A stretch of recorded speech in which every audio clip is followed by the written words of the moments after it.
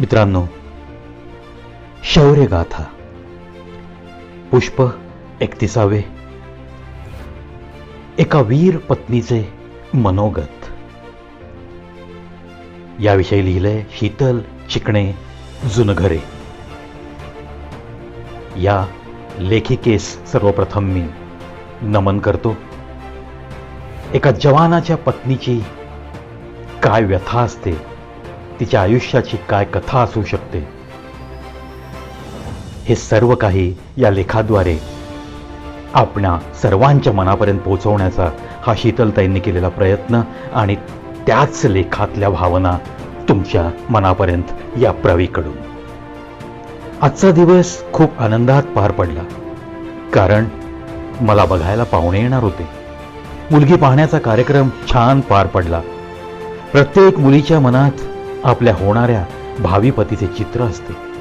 माझ्याही मनात असंच काहीसं होतं. माझे स्वप्न होते की मी जवानाशीच लग्न करावं, आणि हे माझे स्वप्न आजच्या दिवशी प्रत्यक्षात साकार झाले. म्हणून आजच्या दिवसाचा आनंद मला गगनात मावेना एवढा झाला होता. माझे शिक्षण सर्व पूर्ण झाले होते, आणि आता ज्या क्षणांची आम्ही व आमचे कुटुंबीय वाट पाहत होतो, तो म्हणजे लग्न सोहळा. दिनांक 21 जुलै 2003 रोजी माझा आणि रवींद्र बबन धनावडे यांचा शुभविवाह काळेश्वरी मंदिर कुसुंबी येथे मोठ्या डामाडौलात पार पडला. आज माझ्या जीवनाला खरा अर्थ आला होता, कारण अविरत भारत मातेच्या रक्षण करणाऱ्या पुत्रासोबत माझं लग्न झालं होतं. मी संसारात रमायला लागले. या संसारात आईचे प्रेम देणारी माझी सासू व भावाची कमतरता दूर करणारे माझे 2 दीर होते. माझे लग्नाच्या आधीचे वैशाली हे नाव बदलून खूप प्रेमाने मेघा असं ठेवण्यात आले. या कुटुंबात लग्नानंतर घालवलेला प्रत्येक क्षण हा माझ्यासाठी सोनेरी क्षण होता व आयुष्यभराची शिदोरी देखील होता. मला आठवतंय, तुम्ही इयत्ता 8वीत असताना तुमच्या डोक्यावरचे वडिलांचे छत्र हरपल्यामुळे तुम्ही एका कर्त्या पुरुषाची भूमिका योग्य रीतीने पार पाडत होता. याचा मला खूप अभिमान आहे. लग्न सोहळा पार पडला. त्यानंतर काही दिवसांनी तुमची सुट्टी संपली व तुम्ही आपले कर्तव्य पार पाडण्यासाठी रणांगणावर निघालात. आज मी पहिल्यांदाच तुमचं औक्षण करणार होते, तेव्हा मला एका जवानाबरोबर माझे लग्न झाल्याची तीव्र भावना जाणवली. जड अंतःकरणाने मनात त्या दिव्य ज्योतीकडे एक मागणं केलं की माझे आयुष्य माझ्या पतीला लाभू दे. तुम्ही मला पाठमोरे झालात, तेव्हा माझ्या मनात विरहाचं काहूर उठलं. जेव्हा तुम्ही काही अंतरावर जाऊन थांबलात आणि त्या जाणाऱ्या क्षणांना म्हणालात, मी तुमच्यासोबत रणांगणावर येणार आहे, परंतु परत एकदा माझ्या पत्नीला भेटून माझ्या हृदयात ज्या काही गोष्टी आहेत त्या सांगून येतो व नंतर आपण जाऊ. त्या दिवशी मला काहीही सुचत नव्हतं.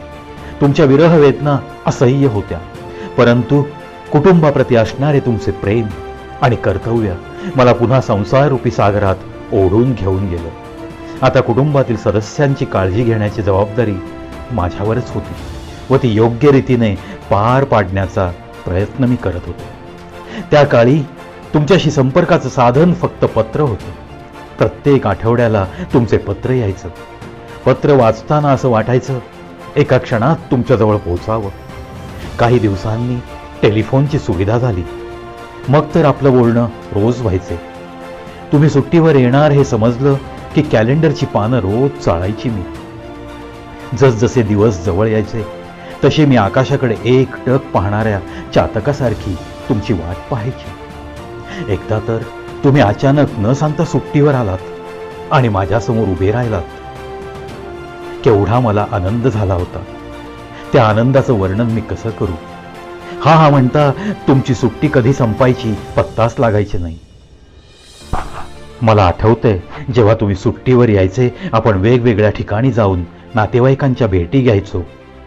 कधी एखाद्या नयनरम्य ठिकाणी तर कधी तीर्थक्षेत्राला जायचो. लग्नानंतर 2 वर्षांनी आपल्या घरी लक्ष्मीच्या रूपाने श्रद्धा जन्माला आली. तुम्ही बाबा झालात. तुम्हाला एवढा आनंद झाला की तुमचा तो आनंद गगनात मावेनासा झाला. आपले रंग पसरवून तो या गगनात गेला व तुम्ही नाचायला लागलात. हा म्हणता तुमची सुट्टी संपून जायची. मग तुम्हालाही तुमचं भावविश्व बाजूला ठेवून भारत भूमीच्या रक्षणासाठी सज्ज व्हावे लागायचं. हेच माझे परम कर्तव्य आहे हे तुम्ही मला वेळोवेळी पटवून द्यायचे. तुम्ही निघालात की आदल्या दिवसापासून हुरहुर लागायची. त्या पाण्यातल्या माशाचे बरे ना. तो पाण्यात राहत असल्यामुळे जरी कितीही रडला तरी त्याच्या डोळ्यातलं पाणी कुणालाच दिसत नाही. मग कसं बसं डोळ्यात आलेले अभिमानाचे अश्रू भिंती आड होऊन पुसावे लागायचे. कारण तुम्ही नेहमी म्हणायचा, पत्नी ही जवानाची प्रेरणा, शक्ती आणि ताकद असते. त्याचबरोबर याचीही जाणीव करून द्यायचात की मी तिथे रणांगणावर भारत मातेची रक्षा करतो. तू इथं घरी राहून आपल्या कुटुंबातील सदस्य व आईची काळजी घे व आमचा निरोप घ्यायचा. मित्रांनो, एका जवानाच्या पत्नीचं हे मनोगत आणि नकळत डोळ्यामध्ये अश्रू. म्हणूनच इथंच थांबतो. पहिला भाग इथं संपवतोय. परंतु जाऊ नका कुठे.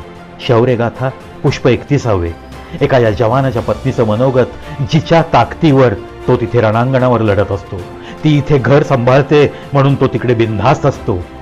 त्याच्या देशसेवेला हा एक योग्य सपोर्ट, योग्य पाठिंबा जो त्याला घरातनं मिळतो, तोच तर खरी त्याची ताकद असते छाताडावर गोळ्या पण झेलण्याची.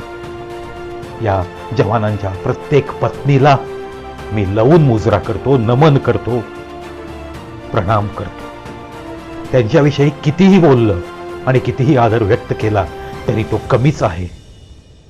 कारण माझी आई सुद्धा एका जवानाची पत्नी, मी सुद्धा एका जवानाचा पुत्र आहे. म्हणून त्या भावनांपर्यंत कदाचित जास्त चांगल्या रीतीने मी पोहोचू शकतो. भेटूयात दुसऱ्या भागात. तोपर्यंत जय हिंद.